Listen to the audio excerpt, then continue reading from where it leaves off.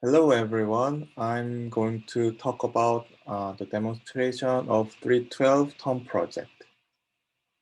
And I'm going to explain step by step, and for each step I'm going to demonstrate my own y86 implementation. Okay, let's get started.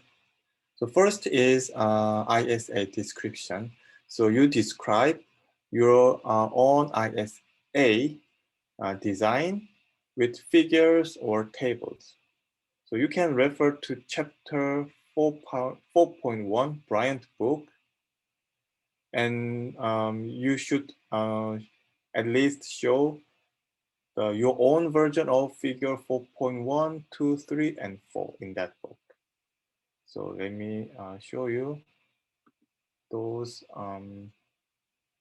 figures here.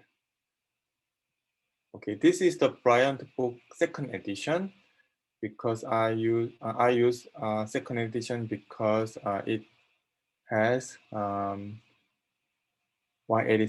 32-bit architecture description.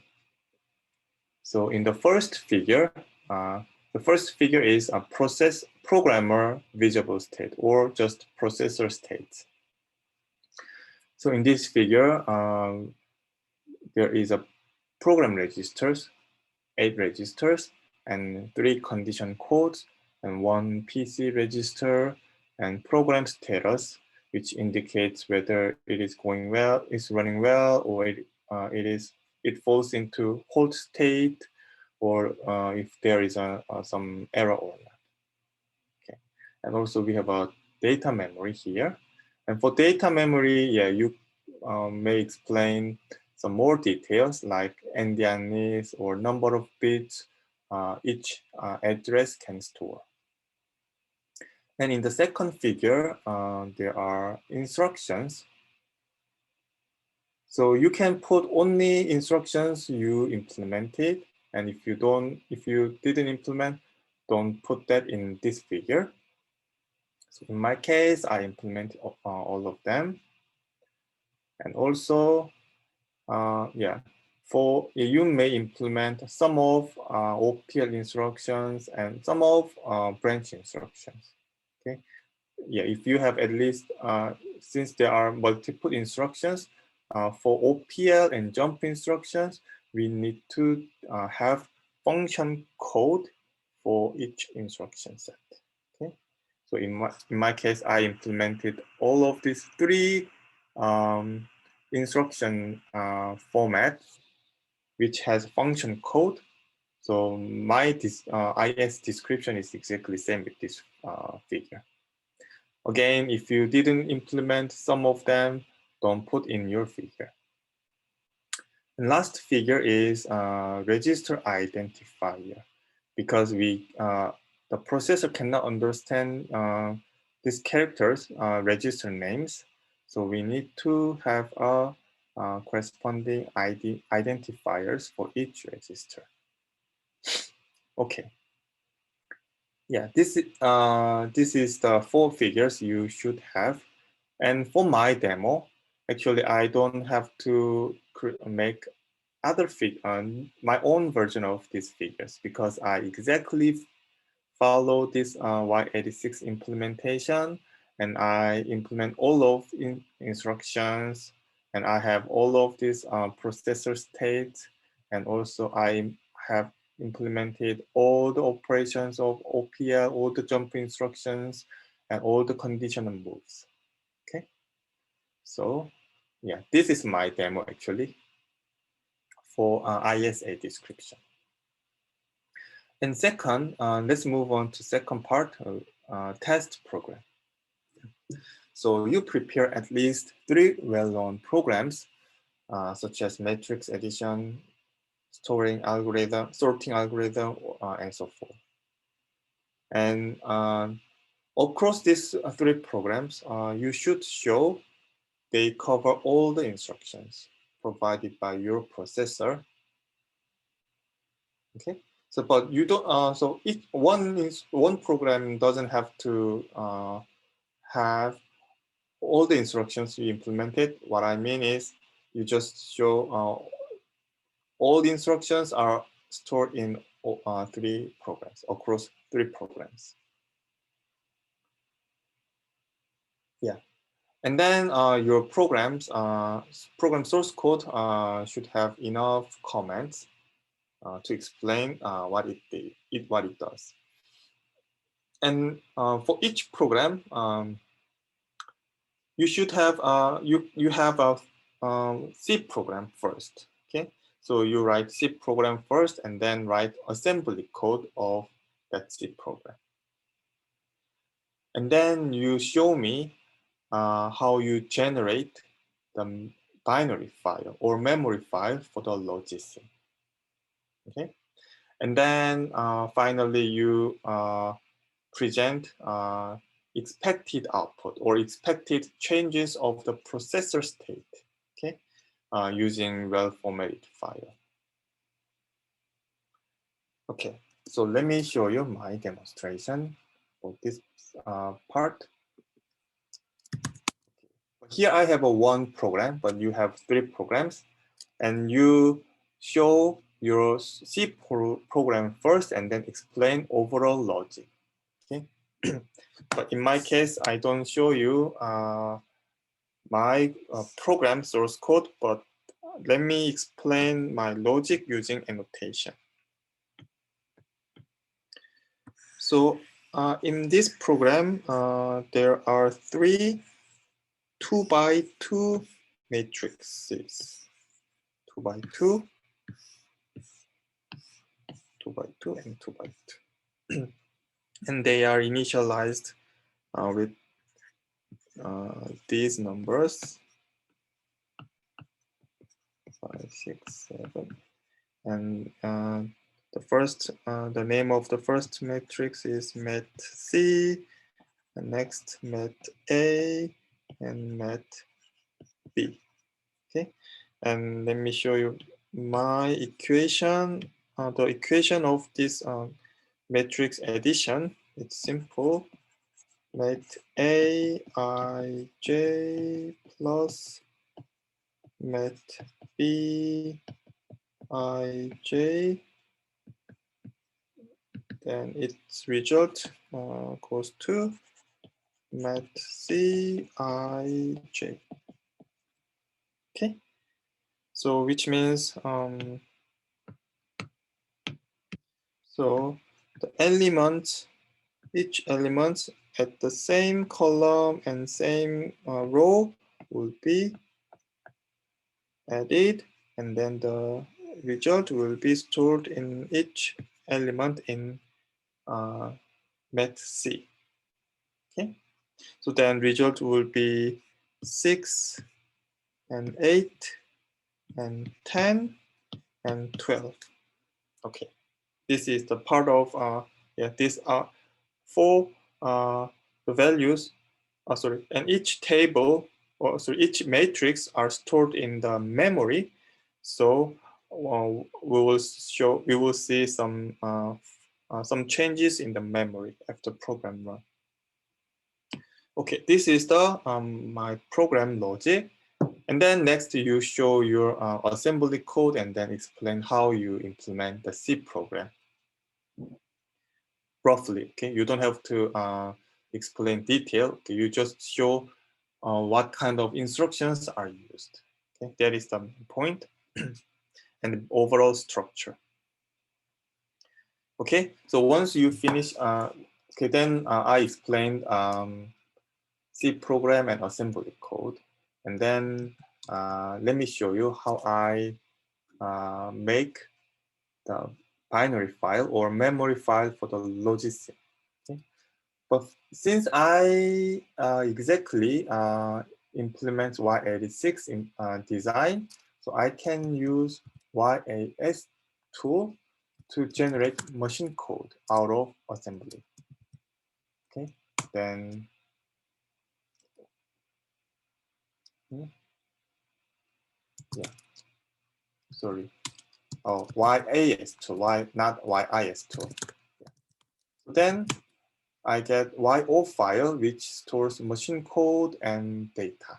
Okay, but this file cannot be used by Logisim. So I have one script convert to YO to MEM, and it takes YO file and it outputs instruction memory file and data memory file. Okay, and these two files will be loaded to the Logisim and then run our processor. Okay, then it's ready to run processor, but before we run it, let me show you the expected value of this program, or sorry, expected processor changes of this after this program runs. How do I get that? Again, since I use exactly same y86 design, I can use y86 tool to get the output. So matrix.y. Okay. Then it prints the state processor status changes like here. So let me read this simply. So after program runs, PC register stores 3F, and its status is halt, HLT, halt. And then these are condition code changes, and then 6 registers are changed. And 5 memories are changed. Memory addresses, the data in 5 addresses are changed. But actually, when I describe my program, 4 elements are updated, but in this output, I have one more changes in the memory. This is because I'm using call instruction. Because call instruction touches stack memory, which is also part of data memory. So I have one more changes in the memory. Okay. Yeah, this is my expected output. Okay, and then let's go back to the document. And we are then I finished my demonstration of this test program.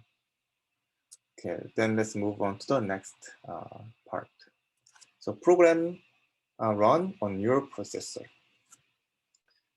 So since we have 2 memory files, so you can load these 2 files to instruction memory and data memory of Logisim, and then you set the tick frequency to 2 kilohertz, and then you are ready. Okay, so once you are ready, then you enable the ticks, and then your processor just execute your program. So once the processor started its execution, you cannot touch the Logisim until it falls into halt state. So once we check it is in halt state, then you stop ticks, and then you verify that the changes of processor states are identical to your expected changes. Okay, so after that, you can repeat above 2 steps with the other 2 programs. So let me demonstrate my processor. Okay, so let me put Logisim and expected output side by side, like here. Okay, let me make it clear. Okay, good. Yeah. Left side is the completed y86 implementation, and right side we have expected value. So first I reset the simulation, and then set the tick frequency to 2 kHz, and then let me load 2 memory files from different monitor. Okay, 1 second, I'm loading it. Okay, I'm loading the instruction memory first. Okay, loading the instruction memory. Oops. I clicked wrong file. Okay, let me load instruction memory first. Okay, instruction memory is loaded. And then let's go to the data memory. And then click the data memory file that I created. Then go back to the main module, main circuit. Okay, it's ready to run. Okay, here we go. So it's ready. So let's get set, run. Okay, it's running. It's quick, and then done. So you see, I code is 0 and its processor state is 4, which is hold. So let me zoom in a little bit to here. Okay, then it is processor is in hold state. So you can stop ticking, and then you can check the processor state, processor changes. Okay, here. Yeah. So let's check one by one. So first is PC value. Let me annotate. So PC value in the expected output is 3F. And also, okay, where is my current PC value is here. Okay, so this is, same 3 and F. Okay, this is correct. And then let's check registers. Okay, registers are on the right side and it's so small. So let me zoom in and then, here. Okay, I think we have all of it. Yeah. So first is y86. So it is C, y86.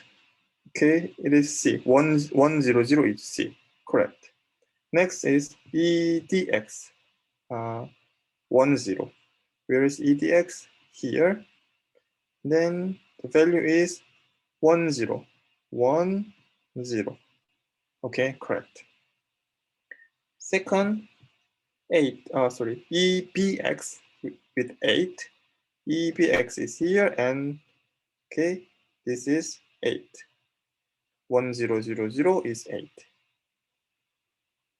Okay, good. Next is ESP.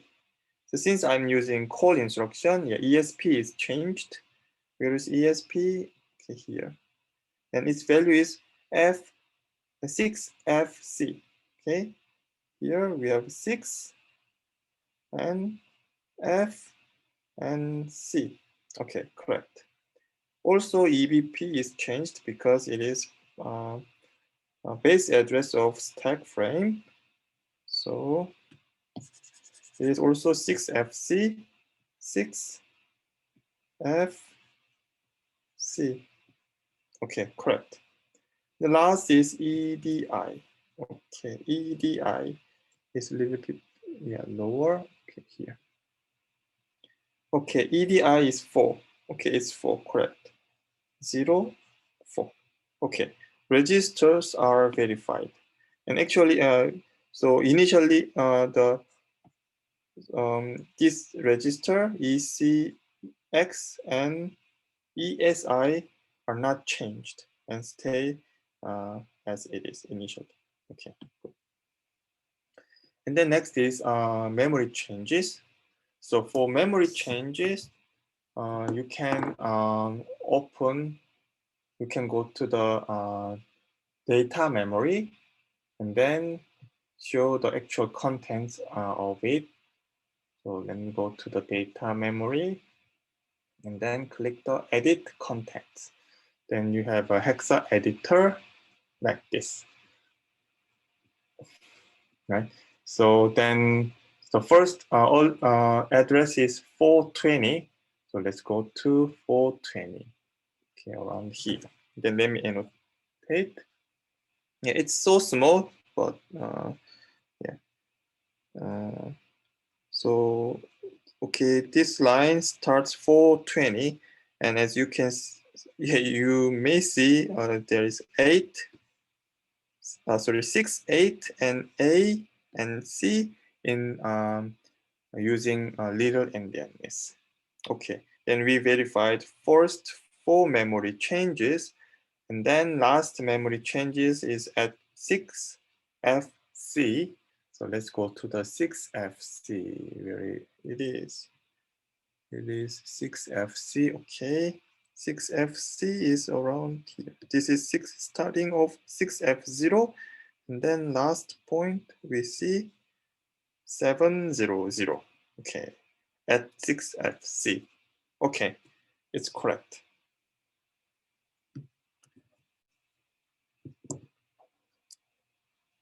Okay, then we verified this processor with first program, and then you can show me same thing for by using the other 2 programs as well. Okay, then we finished program run on your processor part. Okay. Okay, so then let's move on to the next part, which is timing of processor stage. Oh, okay, sorry. Before we go to the next, let me tell you a little bit more detail on the program run on the processor side, because not everyone, yeah, maybe there will be some, yeah, there might be some groups which cannot complete all the processor stages. So then let me tell you how I evaluate your processor for this part. And this is the most important part for the demo. And yeah, to maximize your credits, you should focus on this part. Okay, so first, the minimum requirement for this part, this demo, this is to make fetch unit. Fetch unit plus, yeah, halt. Halt is halt. So when processor goes to halt state, means your processor knows whether this program finishes or not. Okay, so I don't consider your processor is executing programs if it is keep fetching new instruction and then doing something random, and it does not go to the halt stage, then I don't consider this process is running. Okay, this is the minimum condition. So at minimum, you should show your processor is running and then stop. Okay, so to show that, you show fetch stage and halt. Okay, so which means you have a valid 3 programs to verify your own ISA, and then when you run that program with fetch unit only, then it just fetches and then updates PC value correctly, and then fetch next instruction, and then finally when you fetch the last instruction, which is a halt, then your processor never advance to the next address in PC. Okay, PC register must not changes after you fetch halt instruction and then stay there. This is the minimum. And if you don't have this minimum requirement, you don't get any points from this part. And this part is the for this part I'll put the biggest credit here. So next, yeah, maybe later you can put more stages, like decode, and then you can put one more execution and memory, and then write back and PC updates. Actually, PC update is here. PC update. Otherwise, you cannot update next PC. Okay, so depending on how many stages you implement, you will get different credit. Okay, more stages, you get more credit. Okay, good. Yeah, this is a little bit more detailed evaluations points in this demo. Then let's move on to the next. This is about timing of processor stages, and you present the timing of your processor using output of each stages. Output of each stage. So if you follow y86 like me, then you must include those outputs. Okay, I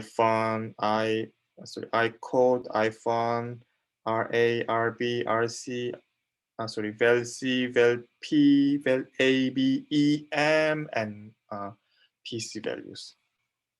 Okay, so you can draw a figure to present your own processor's timing diagram. So I suggest you to use a drawing tool to see your timing really clearly. Okay, and then you can. So how do we verify this timing? Okay, similar to the previous section, previous part. But you can make a simple program, not like above 3 programs, just to verify this timing. Okay, and in this case, you manually control the cycles. Okay, so you click the clock generator manually and then show cycle by cycle changes of your signals. Okay, so I think you need just a few instructions for that. And then let me give you my suggestion of instructions you can use for this verification. So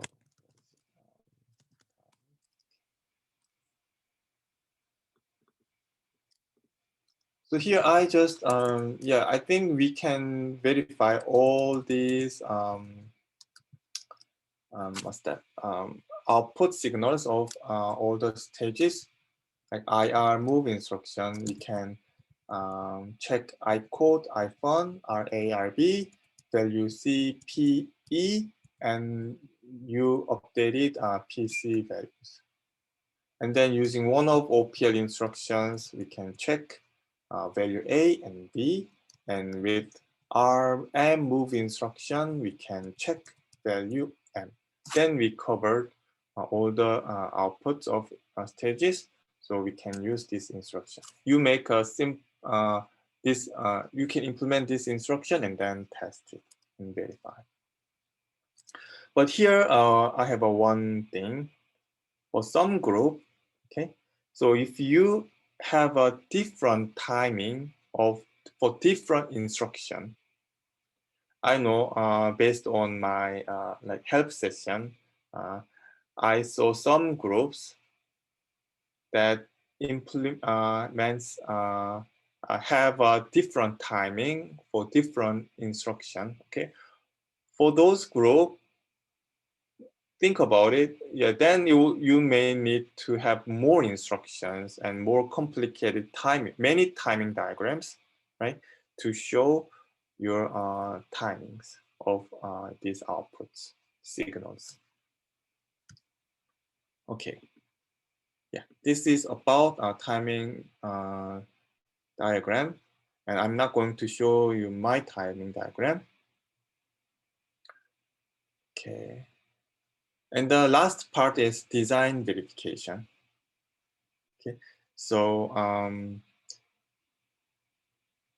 so mostly I'm asking you to have design files of each unit, or whatever you have made in the logic or processor, then try to have a design files. Okay, but do not just make a design file after you implement. Then that actually doesn't make sense to have that. Okay, so for your practice, try to make a design file first and then implement. Or and while you implement, and if you have some issue and if you find some problem, then stop implementing on Logisim and then go to the design file again and then design change the design or fix the design and then go back to the Logisim and then update it. Okay.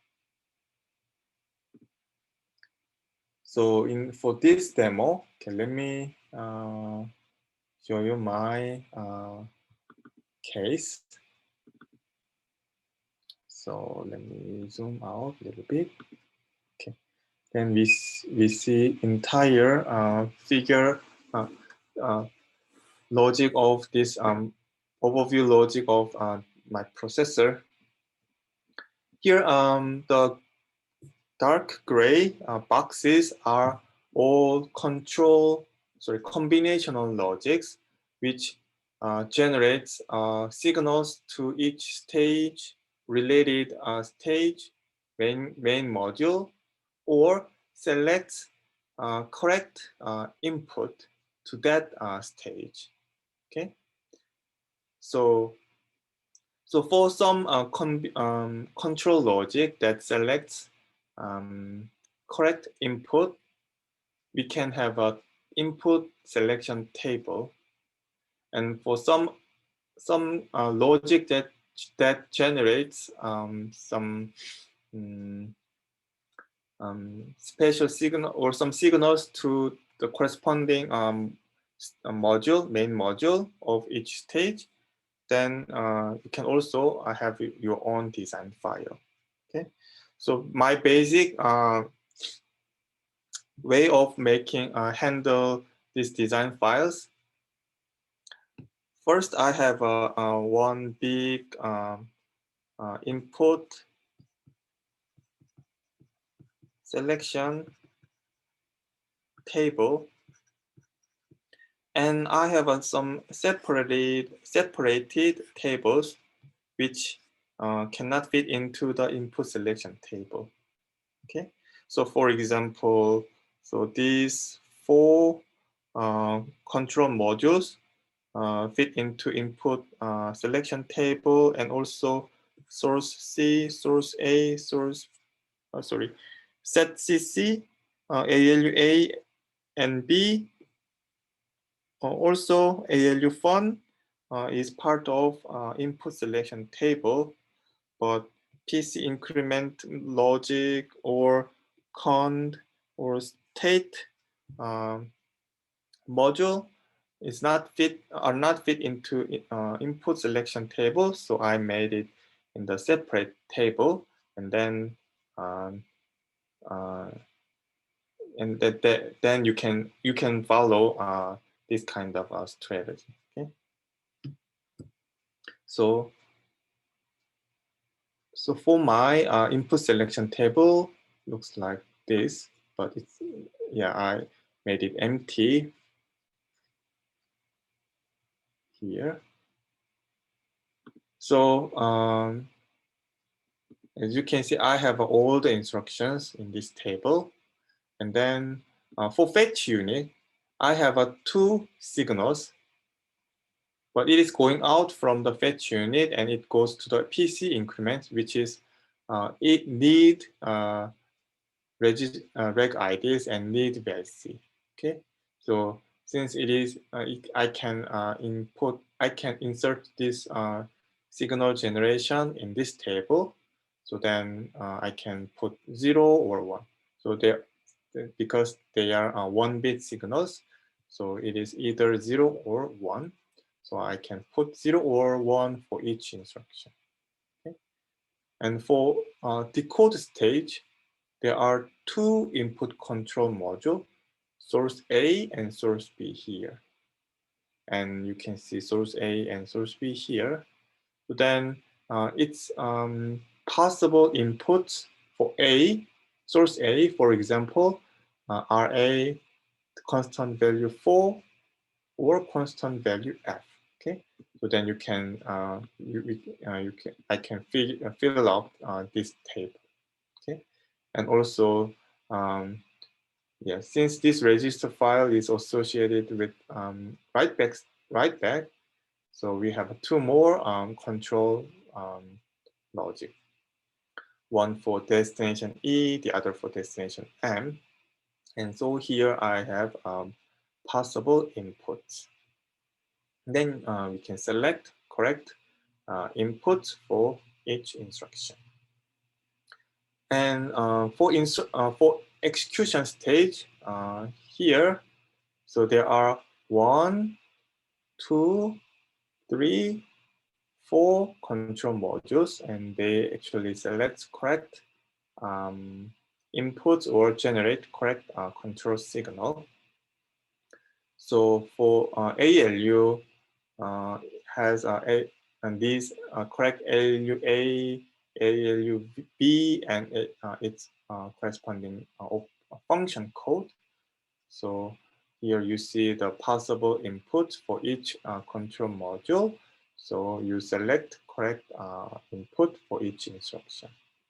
Okay, and then for setcc over here, yeah, it generates whether to store current code condition from ALU or not.